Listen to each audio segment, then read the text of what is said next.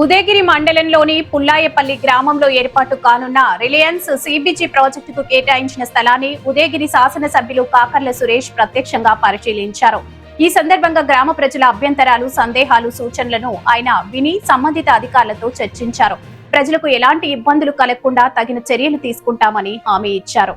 అనంతరం ఉపాధి పనుల్లో మహిళలతో ఆప్యాయంగా మాట్లాడి వారి సమస్యలను అడిగి తెలుసుకున్నారు. పని సమయంలో ఆరోగ్యం, భద్రత విషయంలో తీసుకోవాల్సిన జాగ్రత్తలపై అవగాహన కల్పిస్తూ ప్రభుత్వం ప్రజల సంక్షేమానికి ఎల్లప్పుడూ కట్టుబడి ఉందని తెలిపారు.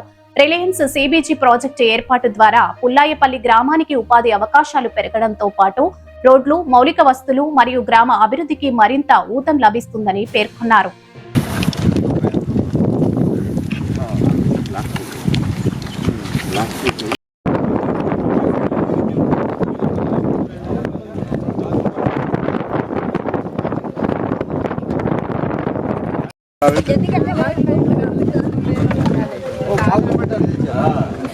మామూలు కదా మీరు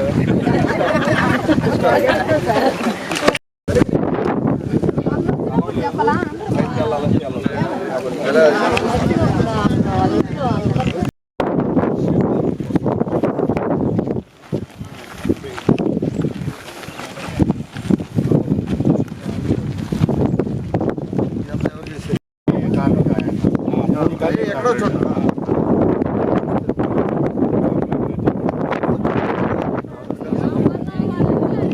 చేసే బాధ్యత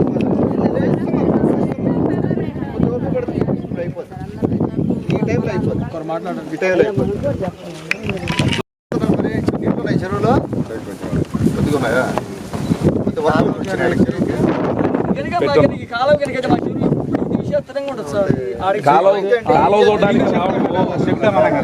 నార్మల్ గా కాలువ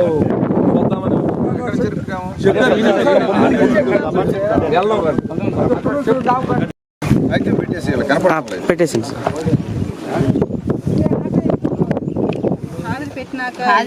తీస్తే సార్ అది ఉండడం లేదు సార్. అప్పుడైపోయినాక రేపు నీకు ఇబ్బంది ఉందా దీంట్లో? ఇబ్బంది ఫోటో గ్రూప్ దిగుతారా? ఒక్కొక్కరికి మాస్టర్లో 10 మంది ఉంటే వాళ్ళు 10 మంది తీయాలి సార్. లేకుంటే ఒకరు తీసుకోపోయినా మళ్ళీ లేట్ గా వాళ్ళనే తీసి ఇద్దరం తీసుకున్నాం సార్. ప్రతాప్ అబ్బాయి ఈ రోజు మేమే తీసుకున్నాం అందరికి. ఇప్పుడు 2 టైమ్స్ తీయాలండి సార్.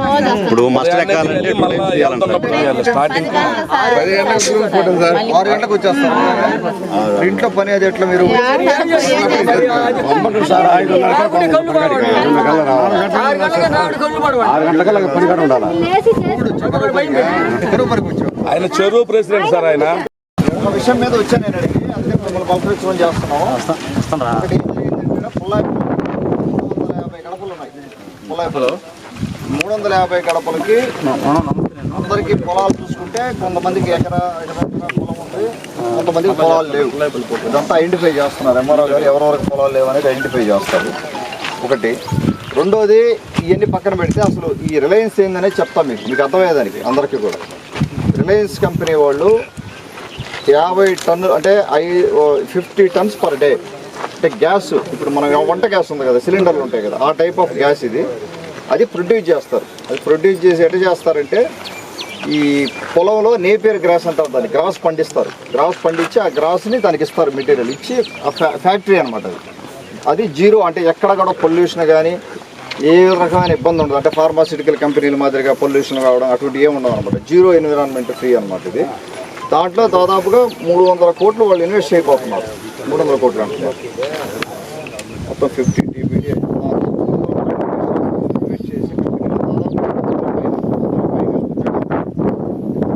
మీ ఆ ఉద్యోగాలన్నీ కూడా చిన్న చిన్న ఉద్యోగాలు ఈ ఊరికే వస్తాయి కానీ, లేకపోతే జెంట్స్ కానీ అందరికీ కూడా. అది ప్లాన్. దాని నుంచి ఆ ప్లాంట్కి క్రాస్ పండించాం. ఊరు పెద్దలు 300 ఎకరాలు ఇవ్వాలనేది ప్లాన్.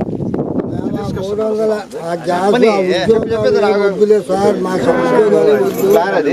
ఆ 300 ఎకరాల్లో ఏంటంటే 50 ఎకరాల్లో ప్లాంట్ పెడతారు, 250 ఎకరాల్లో గ్రాస్ పండిస్తారు. అది ప్లాన్.